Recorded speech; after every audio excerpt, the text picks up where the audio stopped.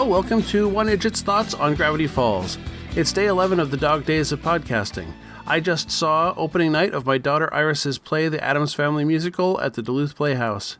She's in the chorus and did a great job up there. I'd say you should see it, but you're probably not in Duluth, and there's only 4 performances remaining, all this weekend. But we're all very proud of her. Now let's go out in the mysterious woods and check into Gravity Falls, Season 1, Episode 4, The Hand That Rocks the Mabel. It originally aired July 6th of 2012. Brief summary. There's a boy psychic in town named Gideon, putting on tent shows and wowing the populace.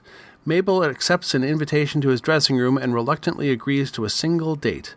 Unfortunately, Gideon becomes obsessed with Mabel, and when Dipper does her the favor of telling Gideon to back off, Dipper becomes the subject of Gideon's ire. Gideon uses the power of the stone he wears at his neck to attempt his vengeance. Alright, the category very cartoonish. The Lil Gideon blunt object. Enough said.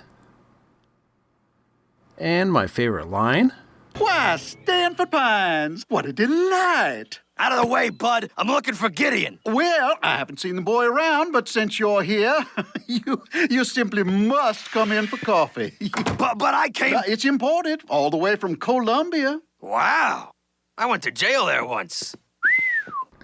Who is? Thurup Van Orman played Lil Gideon in this episode. He was the creator of Marvelous Misadventures of Flapjack, the show that Alex Hirsch was first staffed on, coming out of Cal Arts. His given first name was Mark, but in high school his friends noticed his resemblance to an Errol Flynn character from the Seahawk named Thorpe. Someone pronounced it Thurup, everyone got a kick out of it, and his nickname Thurup was stuck.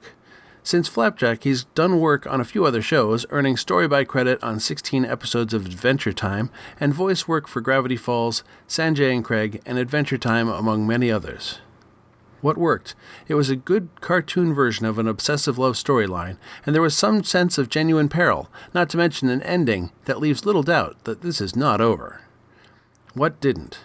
As a show should be by episode 4, it's really finding its stride. I can't really fault it on anything. I enjoyed it all. Things to ponder.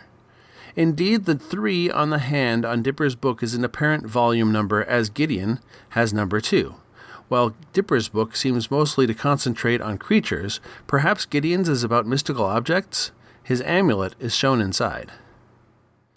Next time is an episode called The Inconveniencing. I'd love some kind of cartoonish Kevin Smith-like episode. Like Clerks Animated, but a little more Disney. Happy hunting!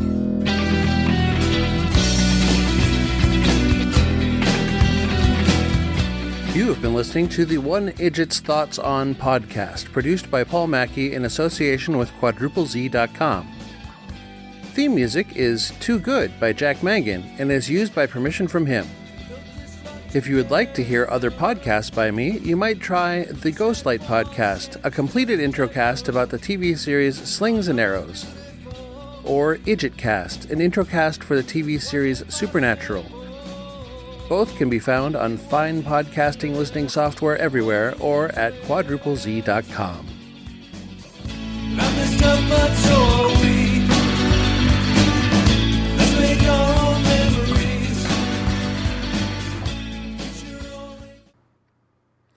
Maybe it's the parent in me, but who's cleaning up that microwave?